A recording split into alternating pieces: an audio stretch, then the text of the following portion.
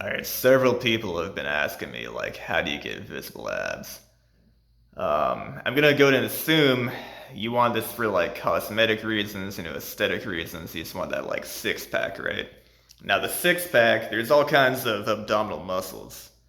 The six pack is one of them. It's called the rectus abdominis. The trouble with that being visible, without having, like, a crazy pump or whatever, or starving yourself, is there's two layers of abdomen muscle on top of the rectus abdominis, which are the internal obliques and the external obliques. So you really got to beef up the rectus abdominis for those to kind of like overtake, those layers of muscle that are on top of it and to protrude out and actually be visible. So, you got to do some bodybuilding for that muscle group, and you got to train it like any other muscle group. You got to use the principles of progressive overload.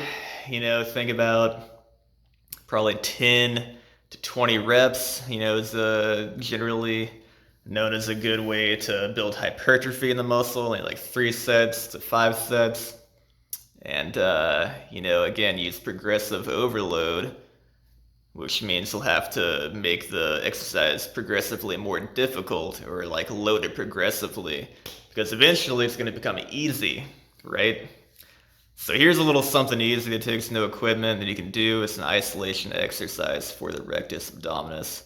And as a bonus, it will work pretty much the rest of the abdominal muscles too. All right, this is known as the hollow body in gymnastics. Let me kind of set this up right quick. Move all this crap out of the way, bear with me. Alright. Now, what are the functions of the rectus abdominis? Spinal flexion and posterior pelvic tilt, right? Thrusting your hips, basically.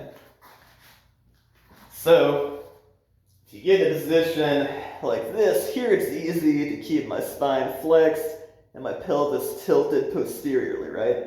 But as soon as I, move my limbs away from my center of gravity, this way and this way, now it's, a little bit difficult to maintain that spinal flexion.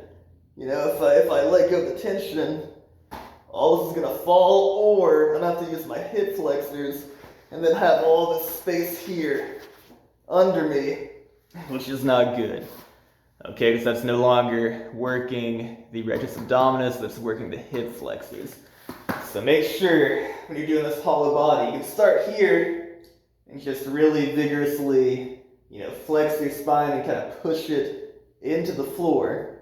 All right, then also make sure you're not letting go of your hips, you're thrusting them forward. You should feel that in your lower abdomen.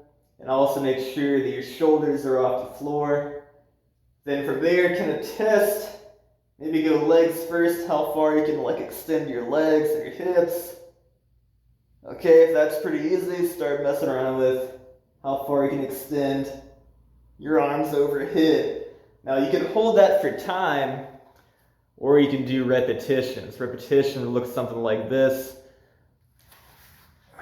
Starting here, you can breathe in, and then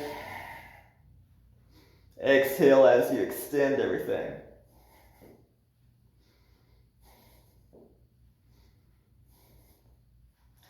At no point in time should your lower back extend or come off that floor. Keep it pressed into the floor the entire time.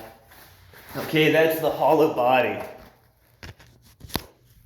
Now, if you're into weightlifting and stuff like that, especially lifting heavy, for instance, I would not recommend doing the hollow body, okay? Because if you get into the habit of sucking in your abs and doing all the spinal flexion work, and that kind of movement pattern carries over to a heavy squat, for instance, you're going to collapse under the tension of that barbell, under the pressure, and it's not going to be good. You got to learn how to brace your abs kind of outward, right?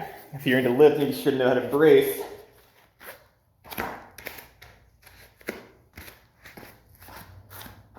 So if you heavy lifters out there that squat and deadlift, etc., want a more, relevant isolation exercise for the abs. Rather than pushing in, you can push your rectus abdominis out. Cool exercise here is using something like a kettlebell or the head of a dumbbell. Okay, put that on or around your navel. Okay, make sure it's not in contact with your ribs and are like breaking your ribs right here. It's in, it's on your belly. Now from here, again, you want to posteriorly tilt that pelvis. So get your butt off the ground, engage your lower abs. From here, when you exhale, you're going to push with your breath and your abdominal muscles. Sorry, it's hard to talk into this. Into that kettlebell.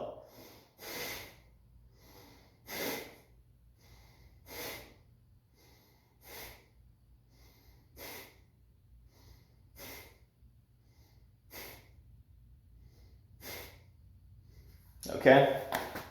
Now, the problem with that exercise, in terms of cosmetic, aesthetic, abs or whatever, like Arnold or some shit, is it does create kind of a more dense, almost like a protruded kind of like abdominal area.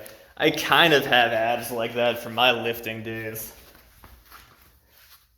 Right, so they're kind of like poking forward rather than like all aesthetically, in like that.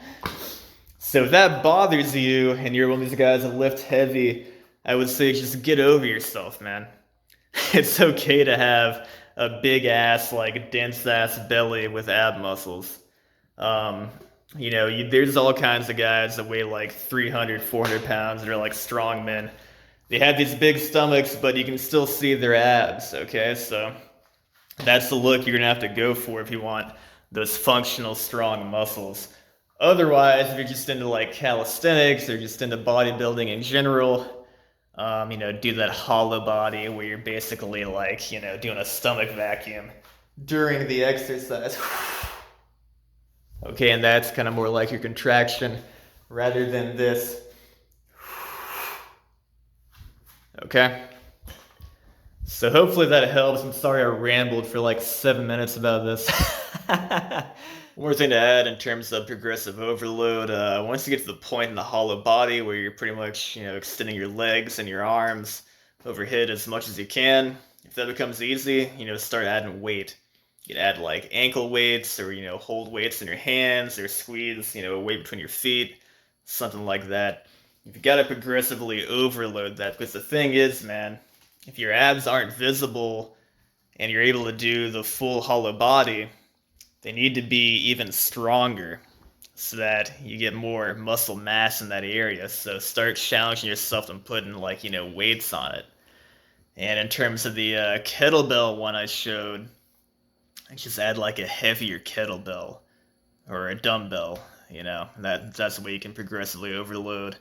If you don't have anything you can use for weights, then you're gonna have to go for repetitions. So, instead of like 10 to 20, which is what I'd recommend for muscle hypertrophy, aka getting mass, you're gonna have to go for 50, 100, or whatever. So that's gonna take a lot more time. You will build more endurance, which is nice, but in terms of muscle mass, it's a lot better, more efficient to just load up a weight. Okay, anyway, that's it, guys. Have fun with that. If you don't have your diet on point, you're gonna have to have really, really massive abs for them to poke out, behind that fat. So it's a lot easier to have a good diet and a thin body, but some people can't.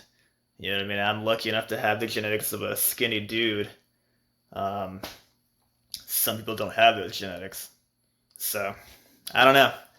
If you're one of these people that are just naturally, big, thick, 2Cs, it might not be that feasible to really have a visible six-pack all the time.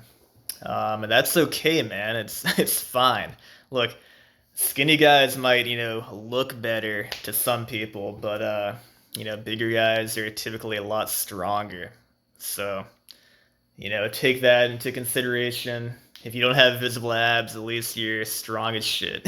And that's a lot cooler in my opinion. Anyway, take care, guys.